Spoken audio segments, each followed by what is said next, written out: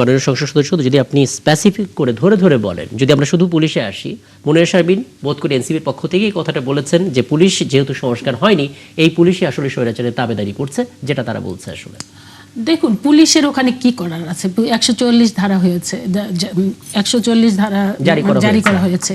তো 144 ধারা জারি করা হলে, যেহেতু ওখানে দুই দলই করেছে, সমাবেশ ডেকেছে, সেইখানে পুলিশের ভূমিকাটা থাকে হলো যে ওখানে শান্তিপূর্ণ পরিবেশ, যেই দলকে দিবে অন্য দলই কিন্তু ঝামেলা করবে, এসে পরিবেশ নষ্ট করবে কিংবা ওখানে উত্তেজনা ছড়াবে। সেই কারণে পুলিশ যেটা করেছে যে কোনো দলকেই ওখানে সমাবেশ করতে দেয়নি। তা আমি এই জায়গাটায় মনে করি যে পুলিশ সঠিক ভূমিকাই ছিল। আর দ্বিতীয়ত, আপনি জানেন যে দীর্ঘ 17 বছর যেটা হয়েছে, ফ্যাসিস্টরা কিন্তু মানে বিশেষ করে পুলিশ প্রশাসনকে একদম অ্যাবসলিউট করার চেষ্টা করেছিল। এছাড়া 36 জুলাই পুলিশের উপরে যেইভাবে মানে একটা বলতে ওদেরকে ব্লেম করা হয়েছে, কিংবা পুলিশের বিভিন্ন জায়গায় তারা যেভাবে মানে নির্যাতনের শিকার হয়েছে, সব মিলে মরালি কিন্তু তারা একটা খারাপ অবস্থায় ছিল। কিন্তু আমি মনে করি এই 5 মাসে সেটা অনেকখানি রিকভারি হয়েছে এবং সেই জায়গা থেকে পুলিশ ধীরে ধীরে তারা করছে। আর আরেকটা হলো যে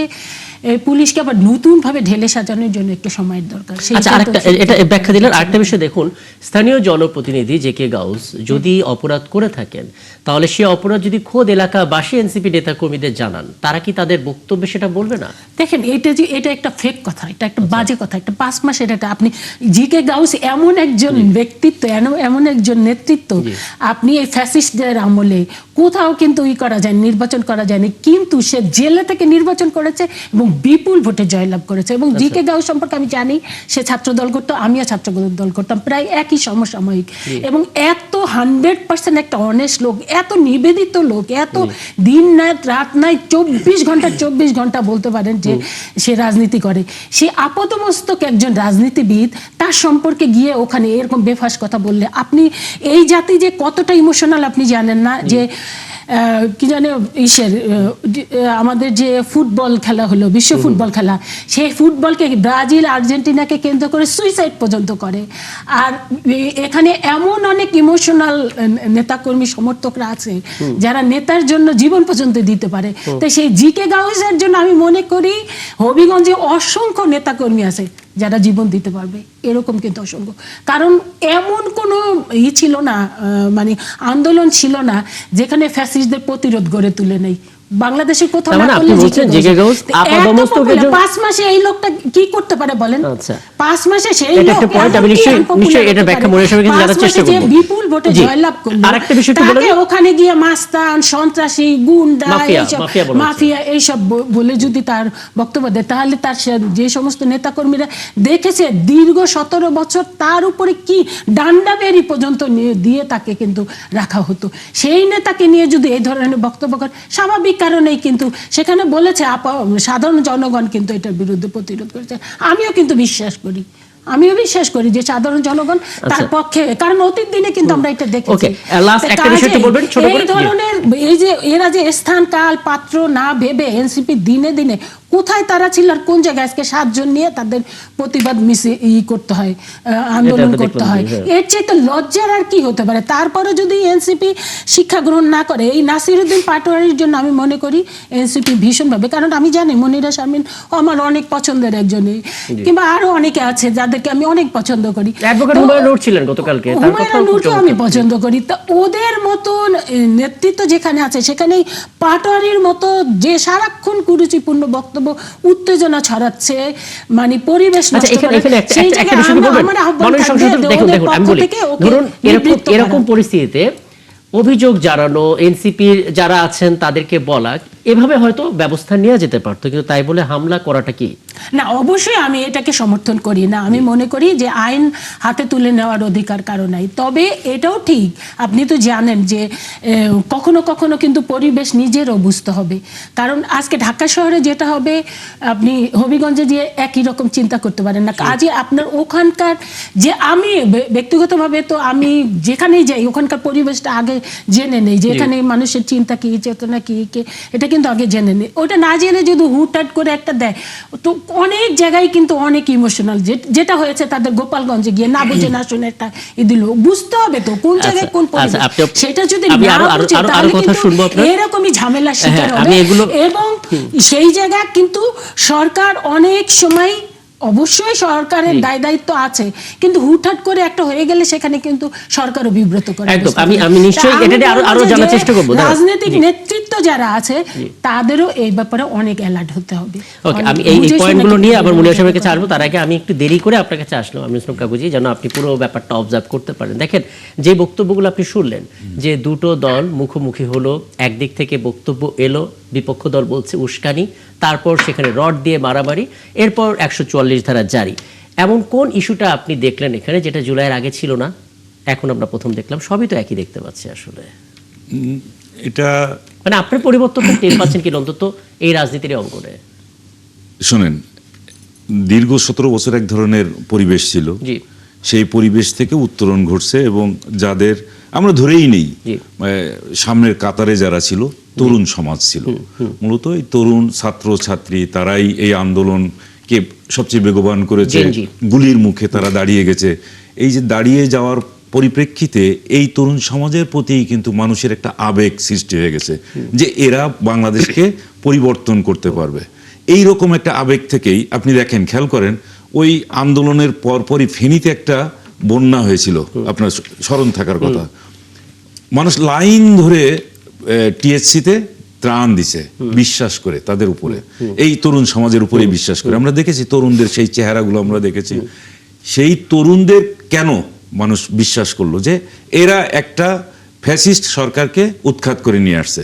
তাহলে এই যে আবেগের জায়গাগুলো যখন আস্তে আস্তে কি হলো, ওই টিএসসিতে যত ত্রাণ মানে জমা হয়েছিল, পরবর্তীতে কিন্তু এর কোনো হিসাব আর পাওয়া যায়নি। হ্যাঁ, এটা অনেক কথা হয়েছে। তাহলে এই যখন এই জায়গাগুলোতে আসছে, তারপরে আপনি জানেন কিনা জানি না, সেটা হচ্ছে যে তাদের মধ্যে এক ধরনের ওই যে বদলি বাণিজ্য, ডিসি নিয়োগ, তারপর এই সমস্তগুলো করে তাদের মধ্যে এক ধরনের মানে দুর্নীতি করার যে প্রবণতা, এটা সামনে আসতে থাকলো এবং স্পষ্ট সেগুলো ছিল। এখন এরপরে এর সঙ্গে যুক্ত হয়েছে কি? এর সঙ্গে যুক্ত হয়েছে ওই এনসিপির, মূলত তারা বয়সে যে জায়গায় হোক না কেন, কারোর সম্পর্কে কোনো বক্তব্য দিতে গেলে, হেলেন জেরিন খান কিন্তু একটা কথা বলেছে যে মির্জা আব্বাসের মতো একজন প্রবীণ রাজনীতিবিদ, ঠিক আছে, তো এখন প্রতিদিন সকালে উঠে মির্জা আব্বাস একদিনকে আক্ষেপ করে বলা শুরু করছে যে আমার মনে হয় রাজনীতি বা মানুষের কাছে ভোট চাইতে যেতে হবে না, কেননা প্রতিদিন সকালে উঠে নাসিরুদ্দিন পাটোয়ারি আমার সম্পর্কে যেভাবে প্রচার চালায়, তো লোকজন তখন ভোটটা কারে দিবে তখন তারা ধরে নিতে পারে, বুঝতে পারে। সেরকমই তিনি ওইভাবে ভোট পেয়ে নির্বাচিত হয়েছেন। তার কথার উপরে ভিত্তি করেই, বিশেষ করে তার উচ্ছৃঙ্খলতা আমি বলবো, এবং আমাদের এখনো পর্যন্ত বাংলাদেশের রাজনীতিতে আপনি এই ধরনের উচ্ছৃঙ্খল কথা কিন্তু পাবেন না। আপনি দেখবেন যত যাই বলেন, আমরা অনেকেই বলতে পারে যে কি বলে আওয়ামী লীগেরও অনেক সন্ত্রাসী নেতা ছিল, তাদের বডি ল্যাঙ্গুয়েজ আর এই নাসিরুদ্দিন পাটোয়ারির বডি ল্যাঙ্গুয়েজ এক না। রাজনীতিতে কিছুটা শিষ্টাচার থাকবে। একটা আপনি হুট করে আপনি একজন সম্পর্কে বলে দিলেন যে এখানে গুন্ডা মানে কি বলে বিএনপির গুন্ডা বাহিনী এখানে আছে, তারপর মাফিয়া আছে, আপনি সমালোচনা করতে পারেন যে এখানে দুর্নীতিবাজ আছে, এখানে চাঁদাবাজ আছে, আপনি না হয় বললেন, কিন্তু আপনি কোনো কথা নেই, কিছু নেই, আপনি কোনো একজন মানুষ সম্পর্কে বলে দিলেন যে গুন্ডা। আপনি কিসের ভিত্তিতে? এলাকার লোকজন তো আপনার পক্ষে বিপক্ষে সব জায়গায় কথা বলেছে। একজন মানুষ তো একেবারে নির্ভেজাল খারাপ হবে না, আবার নির্ভেজাল ভালো হবে না। এই জিনিসটা ব্যাখ্যা দেন, মানে এই 144 ধারা পর্যন্ত বিষয়টা গড়ালো কেন? আচ্ছা, এইটা একটা আসি। আপনার এই জায়গাতে কোনো অবস্থাতেই আমি সাপোর্ট করি না একটা জিনিস, যে এনসিপি যখন পদযাত্রা করছে, তারা তাদের মতো করে যাক, এখানে আরেকটা দলের কিন্তু কি বলে সমাবেশ দেওয়ার কোনো দরকার নেই। আরো তো অনেক জায়গা আছে, এক জায়গায় কেন করতে হবে? কিন্তু আমার কাছে মনে হয়েছে সেটা হলো হয়তো একটা ঘটনার পরিপ্রেক্ষিতে প্রতিক্রিয়া হিসেবে আরেকটা ঘটনা আসছে, এইরকমই আমার কাছে যেটা মনে হয়েছে। না, হেলেন জেরিন খান যেটা বললেন সেটা একটা আইডিয়া পাওয়া যায় যে ওখানকার জনপ্রতিনিধি নির্বাচিত হন ভোটে জিকে গাউস, এবং তার সম্বন্ধে যখন নেগেটিভ কথা বলা হচ্ছে তখন তার সমর্থকরা হয়তো এগিয়ে আসতে পারে, এবং এটা বাংলাদেশের রাজনৈতিক যে ট্যাবুর মধ্যে পড়ে যায়। আমি নিশ্চয়ই মনির সাহেবের কাছে ব্যাখ্যা জানার চেষ্টা করবো, আপনি শেষ করুন। রাজনৈতিক যে ট্যাবুর মধ্যে পড়ে যায়, আমি নিশ্চয়ই মনির সাহেবের কাছে ব্যাখ্যা জানার চেষ্টা করবো, আপনি শেষ করুন। জি না, এইখানে এই কারণেই তারপরে 144 ধারা জারি হয়ে গেছে। 144 ধারা যে জায়গায় হয়েছে সেই জায়গায় সীমাবদ্ধ থাকলে হতো। হ্যাঁ, কিন্তু আবার মনিরা শারমিন যেটা বললো যে সেখান থেকে 45 কিলোমিটার দূরে যারা নেতারা যাচ্ছিল সেইখানে তাদেরকে আটকে দেওয়া হয়েছে। এইগুলো না করলে হতো। পুলিশকে এই আরো সহনশীল হয়ে, ঠিক আছে তারা যাক, তাদের বক্তব্যগুলো দিক। আমরা চাই, মানে ব্যাপারটা হলো কি, একতরফা ভাবে আপনি কিন্তু দেশ চালাতে পারবেন না। আমি হেলেন জেরিন খানকেও আমি জিজ্ঞেস করতে চাইতাম যে কেন তাদের বাধা দেওয়ার কি দরকার, তারা তাদের বক্তব্য দিক। এই প্রশ্নটা তো আসতে পারে যে গতকাল যখন একটা অকারেন্স ঘটেছে, আজকে সেই জায়গাটাতে গিয়ে এভাবে করার দরকারটা কি ছিল? কোনো দরকার নেই। আচ্ছা, আমি এগুলো নিয়ে একটু মনে আসবে আপনার কাছে আসতে চাই। আমি জানি আপনার কাছে অনেক কিছুর ব্যাখ্যা হয়তো পাওয়া যাবে, তবে শুরুতে আমি এই ব্যাখ্যাটা একটু জানতে চাই। জিকে গাউস এই 5 মাসে এমন কি করতে পারেন যার জন্য আসলে মানে এত মাফিয়া বলা হচ্ছে, মানুষ এত অভিযোগ করবে? অভিযোগ করলে তো তিনি তো নির্বাচিত হতে পারতেন না। শুধুমাত্র এই অংশটা বলুন, তারপরে ধীরে ধীরে যাবো সামনে। জি দেখেন, জিকে গাউস এই 5 মাসে করেন। আপনি যদি হবিগঞ্জে আপনাদের নিশ্চয় প্রতিনিধি আছে, শুধু বলার জন্য বলা না, এই বিষয়গুলো তো প্রমাণ করার দায়িত্ব আমার না। আমরা অভিযোগ করছি, আপনারা খোঁজ নেন, সেখানে সাধারণ মানুষের সাথে কথা বলেন। 5 আগস্টের পর থেকে এই টেম্পো স্ট্যান্ড দখল থেকে শুরু করে সব দখলবাজি রাজনীতি করেছে জিকে গাউস, এবং এটা তো অলিখিত সত্য যে 5 আগস্টের পরে জাস্ট এটা ক্ষমতার হাত বদল হয়েছে। এটা তো অঘোষিত হাত বদল, কারণ এই আগের যেই টেম্পো স্ট্যান্ড আগে নিয়ন্ত্রণ করতে হচ্ছে আওয়ামী লীগের লোক, সে পরবর্তী যেটা হাত বদল হয়ে বিএনপির লোক করেছে, এবং আপনি কারণ বাজার থেকে শুরু করে সব জায়গায় দেখেন ঠিক সেইভাবেই জিকে গাউস সেই 5 আগস্টের পর থেকে তার ত্রাসের রাজত্ব সেখানে কায়েম করেছে। এবং আমি আপনাকে বলি, একেবারে আমি সোর্স সহ বলছি, পানি উন্নয়ন বোর্ডের তার হচ্ছে কোনো ধরনের সেখানে হুমকি দিয়ে, সেই কর্মকর্তাকে হুমকি দিয়ে সেখানে টেন্ডারবাজি করে সেই টেন্ডার তার নিজের ভাইকে, গাফফার সম্ভবত ওনার নাম, ওনাকে দিয়েছে। এবং এছাড়াও তার বিরুদ্ধে আরো অনেক অভিযোগ আছে যে প্রতিপক্ষ যারা আওয়ামী লীগের লোকজনের সাথে নেগোসিয়েশন করে তাদের মামলা বাণিজ্য করা এবং পরবর্তীতে টাকার বিনিময়ে ছেড়ে দেওয়া, এই ধরনের নানান ধরনের অভিযোগ তাদের বিরুদ্ধে আছে। এবং এটা শুধুমাত্র সে প্রতিপক্ষের মানে আওয়ামী লীগের সাথে করে তা না, কিন্তু সেটা বিএনপির লোকজনের সাথে এই ধরনের বাণিজ্য করে, এবং সেটার ফলে বিএনপিরই একজন জিয়া সাইবার ফোর্সের একজন, তিনি কিন্তু থানায় মামলাও করেছে, তার বিরুদ্ধে অভিযোগ দায়ের করেছে। সেইটার আমি জানি না, সোশ্যাল মিডিয়া খুঁজলে সেই ডকুমেন্ট আপনি পাবেন, যদি না পান আমি আপনাকে প্রোভাইড করতে পারি। সো এই যে একটা সুফি দরবেশের মতো একটা মূর্তি আসলে যেভাবে করে আপা বললেন, আমি জানি না, হয়তো ওনাদের সাথে ভালো সম্পর্ক থাকতে পারে, কিন্তু জিকে গাউস এমন কোন সুফি দরবেশও না, যেটা আসলে আমরা সাধারণ মানুষের কাছ থেকে কিন্তু জানতে পেরেছি। এটা কোনো ফেক কথা না, এবং এটা প্রমাণ করার দায়িত্ব হচ্ছে আপনারা সাংবাদিকরা আছেন, আপনারা এটা ডকুমেন্ট পাবেন, আপনারা গেলেই পাবেন। আরেকটা বিষয় একটু ছোট করে বলবেন। আচ্ছা প্লিজ। উনি সাধারণ মানুষ, আমি নিশ্চয়ই জানতে চাইবো কোন সাধারণ মানুষটা। আমি জিকে গাউসের সাথে 40 বছর রাজনীতি করি, 40 বছর। জিকে গাউস একটা ছাত্র দল করা এবং সে ভাই বোনের মতো রাজনীতি করি, উনি বললেই হলো। আর উনি বললেন টেম্পো স্ট্যান্ড, এইসব যারা অপপ্রচার যারা করেছে তাদের মুখে থাপ্পড় মেরে সে কি জানি 12 ফেব্রুয়ারিতে নির্বাচনে বিপুল ভোটে জিকে গাউসকে জনগণ ভোট দিয়েছে। যারা এইসব অপপ্রচার করেছে বিএনপির বিরুদ্ধে, সারা বাংলাদেশে থাপ্পড় মেরে তাদের মুখে এই যে সারা বাংলাদেশের 2/3 মেজরিটি বিএনপিকে দিয়েছে। কেন দিয়েছে? যারা অপপ্রচার করেছে তাদের শিক্ষা দেবার জন্য। কারণ বিএনপি কেউ এবং যারা বলেছে আজকে 6টা 7টা জিত পেয়েছে এবং দয়ায় পেয়েছে, অন্য দলের সাথে গিয়ে পেয়েছে, কারণ তারা আমি এটা একটু বলি। উনি যেরকম বললেন যে টেম্পো স্ট্যান্ড, জিকে গাউস যদি টেম্পো স্ট্যান্ড এই করে, তা জিকে গাউসকে জনগণ ভোট দিবে কেন? জিকে গাউস কেন নির্বাচিত হবে? তারপর উনি কি বললেন, পানি উন্নয়ন বোর্ড। আরে ভাই, উনি তো এই এলাকার নির্বাচিত এমপি, পানি উন্নয়ন বোর্ড তো বলেন আর অন্য নেই বলেন, সবার সাথে উনি। মনিরা শারমিন, নির্বাচিত হবার পূর্বে জিকে গাউস ওই এলাকার মেয়র ছিলেন, নির্বাচিত মেয়র ছিলেন অনেকবার, একবার দুবার না, অনেকবার। আচ্ছা। তো জিকে গাউসের সাথে জিকে গাউস যে পানি উন্নয়ন বোর্ড দখল করতে হবে না, জিকে গাউসকে পানি উন্নয়ন বোর্ডের লোকেরা বোর্ড এসে এমনিতে, tender দিয়ে কারণ যাবে। ওখানে যদি প্রশাসন চালাতে হয়, উনি এত পপুলার যে ওনার একটা পরামর্শ নিতেই পারেন, এখানে এমন কিছু আর আওয়ামী লীগের- জিকে গাউসকে দখল করতে হবে। এইসব মনিরা শারমিন, এগুলা আওয়ামী লীগের সময় এইসব কথা চলতো, এটা বিএনপির সময়, কিংবা এখন যেই জায়গাটায় জনগণ মেনটেন নিয়ে গণতান্ত্রিক একটা সরকার এসছে, সেই সরকার নিয়ে, সেই সরকারের এমপি মন্ত্রীদের নিয়ে এই সব কথা এই জাতি বিশ্বাস করবে না। এইটা ফ্যাসিস্টদের আমলে যে সমস্ত এমপিদের নিয়ে বলতো, কারণ তারা জনগণের মেনটেন নিয়ে আসতো না। ওরা দীর্ঘ বছর 17 বছর এদের ভিতরে থেকেছে, তো ওরা ওই জায়গা থেকে বের হতে পারে নাই। ওরা ওই রকম ভাবেই বিএনপির এমপিদের ট্রিট করতে চায়। আরে বিএনপির এমপিরা তো জনগণের মেনটেন নিয়ে আসছে, আর কবে আসছে? মাত্র 5 মাস। এই 5 মাসে সে সবকিছু ই করে ফেললো। কিন্তু- তো আপনি এই এখন হয়েছে কি, এই ধরনের কথাবার্তা গিয়ে যখন গিয়ে জনগণের সামনে বলে, যেই জনগণ এত রেসপেক্ট করে, এত ভালোবেসে, এত করে যাকে এমপি মনোনয়ন করেছে, নির্বাচন দিয়ে ভোট দিয়ে নির্বাচিত করেছে, সেই জনগণের ভিতরে গিয়ে এরকম ভুয়া তথ্য দিলে, ভুয়া কথা বললে, সেটা জনগণ করবে না, প্রতিবাদ করবে না? আমরা তো জনগণের সাথে সারাক্ষণ নিয়ে যাবে। কাজে মনিরা শারমিনদের আমার মনে হয় যে এখনো জনগণ ভিত্তিক রাজনীতি করা উচিত।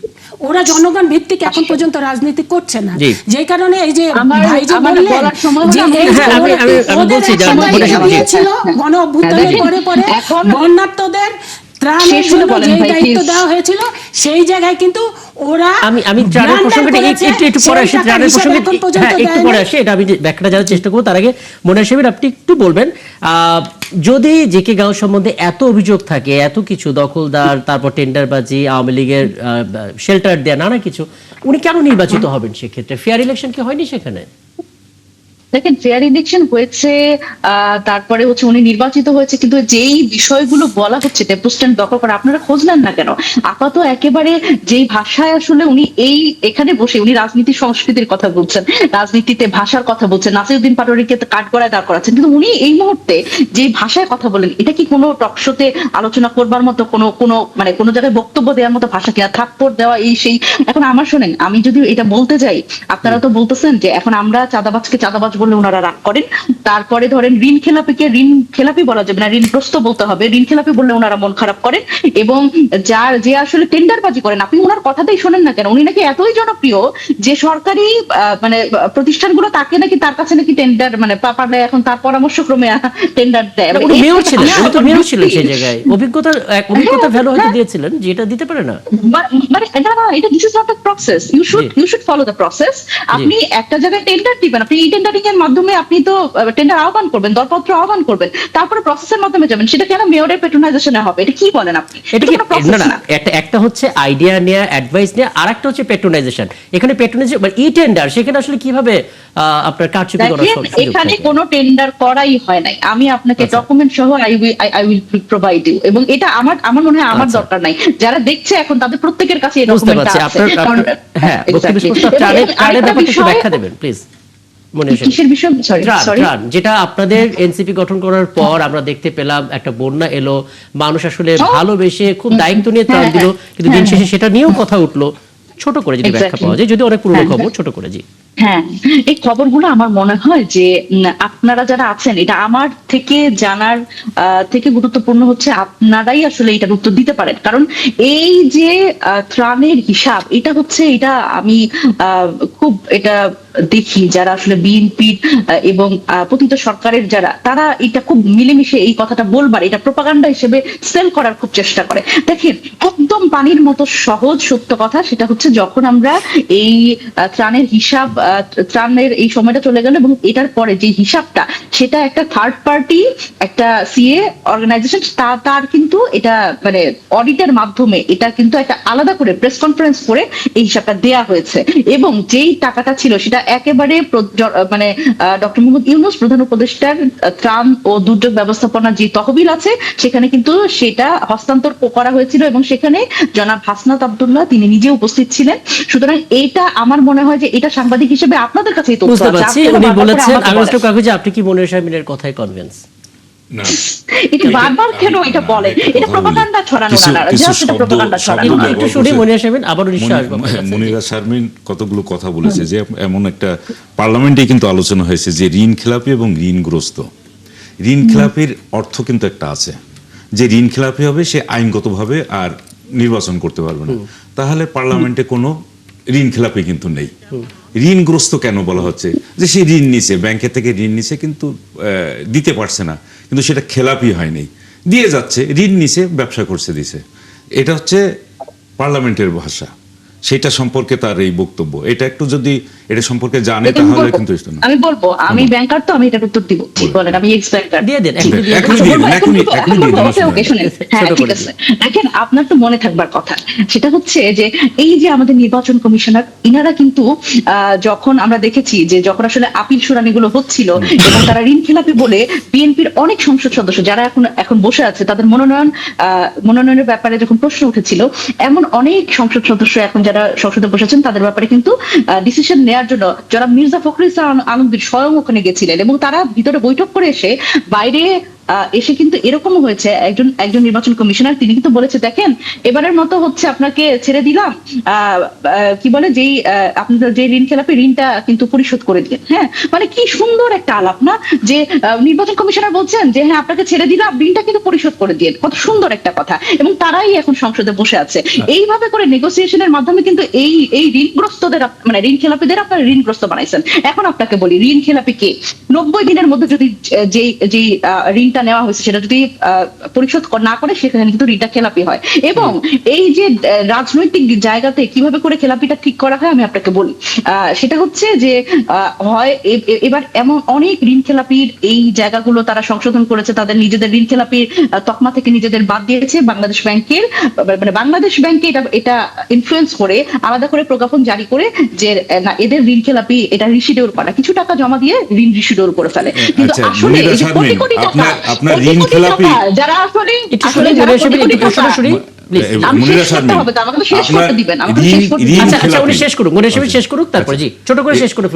ঋণ খেলাপি সিদ্ধান্তটা কে নেয়?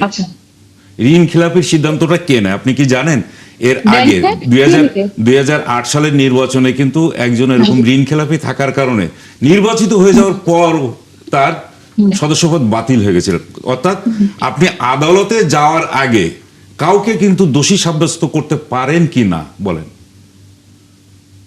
দেখেন, এই যে আপনি এই কথাটা বলছেন, আপনি নিজে in the deep of your heart you know যে মানে যারা আসলে বিএনপির সংসদ সদস্য তারা অনেকেই ঋণ খেলাপি ছিল। এবং আপনি যদি না জানেন, আমি হচ্ছে আপনাকে ব্যাংক সহ এবং তাদের আসন সহ তাদের ডকুমেন্টও দিতে পারি। ঠিক আছে, এখন এই জায়গাতে তো আপনি এখন অস্বীকার কি হিসেবে করতেছেন আমি জানি না, এটা হচ্ছে একেবারে সত্য কথা। এবং আরো একটা গুরুত্বপূর্ণ ব্যাপার, শুধু তো ঋণ খেলাপি না, এখন দ্বৈত নাগরিকত্ব যারা, তারাও তো এবার সংসদ সদস্য হিসেবে মানে মনোনীত হয়েছেন এবং সংসদ সদস্য হয়েছেন, তাদের দ্বৈত নাগরিকত্ব। বুঝতে পারছি, আমাদের আলোচনাটা একটু পেছনের দিকে চলে যাচ্ছে। আমি এই অংশের আলাপটা শেষ করতে চাই এভাবে। হেলেন জেরিন খান একটু বলবেন, মানে দিন শেষে যেহেতু রুলিং পার্টি, সরকারি দল, তাদের দায়িত্ব একটু বেশি থাকে, কারণ আমরা প্রধানমন্ত্রীকে যেভাবে চলাফেরা করতে দেখি, ওনার মধ্যে কোনো আগ্রাসী মনোভাব নাই, ওনার বক্তব্যের মধ্যে সেটা নাই, এবং উনি ক্ষমা করতে পছন্দ করেন, এমন বিভিন্ন বক্তব্য আমরা সেটা দেখেছি।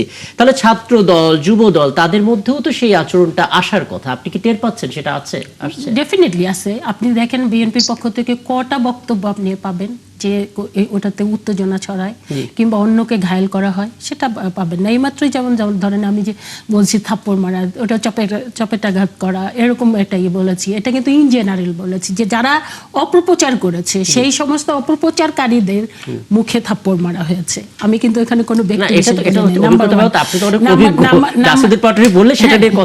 নাম্বার 2 হলো, আপনি দেখেন আমি কিন্তু এমন অনেক আনতে পারি।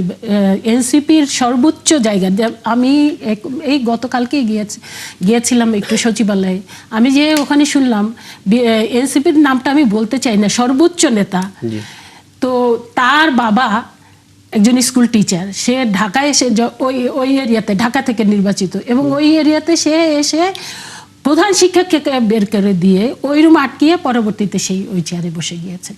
তো এইটা তো নতুন যারা রাজনীতিতে এসে তাদের কাছ থেকে তো আমরা প্রত্যাশা করি না। যেটা ভাই বলেছিলেন যে এটা কিন্তু আমি ক্লিয়ার কাট কোনো পেলাম না, মানে বন্যার্থদের সাহায্যের জন্য যে অর্থ না, ওটা দেওয়া একটু হয়েছিল বলেছেন, সেটা মনে কিন্তু বলেছেন যে হিসেবটা দেওয়া হয়েছে। প্লিজ আমি কি শেষ করি। নাম্বার টু হলো যেটা আপনি বলেছেন মাননীয় প্রধানমন্ত্রী, যেটা হয়েছে যে দেখেন এটা কিন্তু এটা ঠিক যে একটা মূল্যবোধের চরম অবক্ষয় হয়েছে। দীর্ঘ 17 বছর আমরা যেই জায়গাটায় গিয়েছিলাম, যেই জায়গাটা মানে এই জাতি গিয়েছে, তরুণ প্রজন্ম যেইটা 17 বছর যাবত দেখেছে, সেটা হলো যে মানে সবসময় যেটা হয়েছে যে বিরোধী পক্ষ যারা থাকে কিংবা সরকারি ইসে থাকে, তা যেই মানে কুরাজনীতিটা হয়েছে সেটার ভিতর দিয়েই কিন্তু একটা জেনারেশন বড় হয়ে গেছে। এর বিপরীতে যে সুন্দর মানে রাজনীতির যে সৌন্দর্যটা সেটা কিন্তু পায় নাই। তো এই জায়গাগুলোতে তো আসতে আমাদের একটু সময় লাগবে। সেই জায়গায় মাননীয় প্রধানমন্ত্রী কিন্তু চেষ্টা চালিয়ে যাচ্ছেন এবং এটা আমি মনে করি মাননীয় প্রধানমন্ত্রী হয় কি সর্বোচ্চ জায়গায় যদি টলারেন্সি থাকে, আপনি সবশেষ ছোট করে একটু জানাবেন, সেটা কিন্তু সর্বনিম্ন জায়গা পর্যন্ত টাচ করে, কিন্তু আমরা সেটা এখন পর্যন্ত দেখতে পাচ্ছি না। আমরা মনে করি অদূর ভবিষ্যতে এটা আমরা দেখতে পারবো। নাম্বার 3 যেটা বলতে চাচ্ছি যে ঋণ খেলাপির বিষয়টা যেটা আসছে, মনিরা শারমিনরা তো আসলে কি বলবো, ওরা তো 36 দিনের, আর মনিরা শারমিন তো আরো পরে, কারণ ও তো ব্যাংকে চাকরি করতো, ও তো অনেক পরে এসছে, সে অনেক পরে এসছে। আমি ঋণ খেলাপি আলাপে যাব না, কারণ নির্বাচন হয়ে গেছে। যেটা হয়েছে মানুষ 36 জুলাই যেটা আমরা দেখেছি সেটা হলো, আমাকে একটু কথা বলতে না মনিরা শারমিন। আপনি যখন কথা বলেছেন আমি কিন্তু কিছু বলি নাই, আপনি আমাকে কথা বলতে দেন। ঋণ খেলাপি যেটা হয়েছে সেটা হলো যে আপনি জানেন দীর্ঘ 17 বছর বিএনপির কোনো নেতা কর্মী কিন্তু কোনো রকমের ব্যবসা বাণিজ্য বলেন, ইভেন আমাদের অনেক নেতার বাড়ি দখল হয়ে গিয়েছে। অনেক আমি বলি এটা নিয়ে আলাপ হয়েছে, এটা নিয়ে আলাপ হয়েছে, দীর্ঘ আলাপ হয়েছে। আজকে আমাদের এটা এজেন্ডা না। অসংখ্য নেতা কর্মীদের মানে অকারণে কিন্তু ঋণ খেলাপির ওই তালিকায় একটু কোঅপারেট করুন। আমার কাছে আরো অনেকগুলো বিষয় আছে যেগুলো কথা বলবো। জি, পরীক্ষা নিরীক্ষা করে দেখা গিয়েছে। সর্বশেষ আপনি জানেন যে আমাদের চিটাগংয়ের পটিয়া থেকে যে লাস্ট যে সংসদ সদস্য হিসাবে আমরা সুপ্রিম কোর্ট থেকে যাকে মানে বৈধ হিসাবে ডিক্লারেশন দিল, তাকেও কিন্তু ঋণ খেলাপি হিসাবে করা হয়েছিল, চিহ্নিত করা হয়েছিল। হ্যাঁ, বুঝতে পেরেছি। পরবর্তীতে আবার সেটা বৈধতা পেয়েছে।